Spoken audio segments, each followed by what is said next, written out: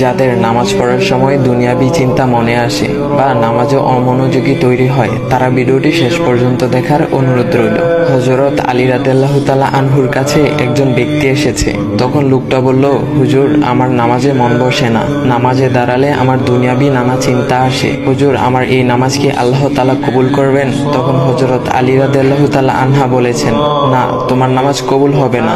তখন লোকটা মনে অনেক কষ্ট নিয়ে চলে যাচ্ছেন। এমন সময় রাসূল সাল্লাল্লাহু আলাইহি ওয়াসাল্লাম এসে হযরত আলী রাদিয়াল্লাহু তাআলা আনহুকে জিজ্ঞাসা করলেন, ইয়া আলী, আপনার কাছে লোকটা কেন এসেছিল? এসে দেখি মন খারাপ করে চলে গেল। কেন, কি হয়েছে আমাকে বলুন। তখন আলী রাদিয়াল্লাহু তাআলা আনহু বলেন, তিনি আমার কাছে জানতে এসেছেন যে নামাজে দুনিয়াবি চিন্তা আসলে নামাজ হবে কিনা। আমি বলেছি, না, তোমার নামাজ কবুল হবে না। রাসূল সাল্লাল্লাহু আলাইহি ওয়াসাল্লাম তখন বলেন, ইয়া আলী, আপনাকে আমি একটা চাদর উপহার দিতে চাই, তবে একটা শর্ত আছে। আলী রাদিয়াল্লাহু তাআলা আনহু খুশি হয়ে বলেন, ইয়া রাসূলুল্লাহ, কি শর্ত তা বলুন, আমি আপনার সকল শর্ত মেনে নিব। বুঝতেই তো পারছেন রাসূল সাল্লাল্লাহু আলাইহি ওয়াসাল্লামের চাদর বলে কথা। তখন রাসূল সাল্লাল্লাহু আলাইহি ওয়াসাল্লাম বললেন, ইয়া আলী, আপনি যদি এই মুহূর্তে 2 রাকাত নামাজ একনিষ্ঠভাবে পড়তে পারেন দুনিয়াবি সকল চিন্তা দূর করে, তাহলে আমি আপনাকে সেই চাদরটি উপহার দেব।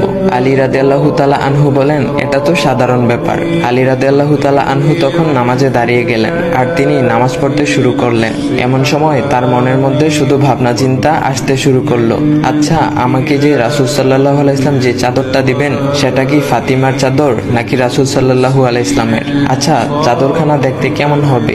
এই বিভিন্ন বিষয় নিয়ে ভাবতে লাগলেন। তিনি ভুলে গেছেন যে দুনিয়াবি চিন্তা নামাজে আনতে রাসূল সাল্লাল্লাহু আলাইহি ওয়াসাল্লাম নিষেধ করেছেন। এর মধ্যে আলী রাদিয়াল্লাহু তাআলা আনহুর নামাজ পড়া শেষ। আলী রাদিয়াল্লাহু তাআলা নামাজ শেষ করে রাসূল সাল্লাল্লাহু আলাইহি ওয়াসাল্লামকে বলতেছেন, ইয়া রাসূলুল্লাহ, আমি আপনার শর্ত মেনেছি, এখন আমাকে চাদরখানা উপহার দেন।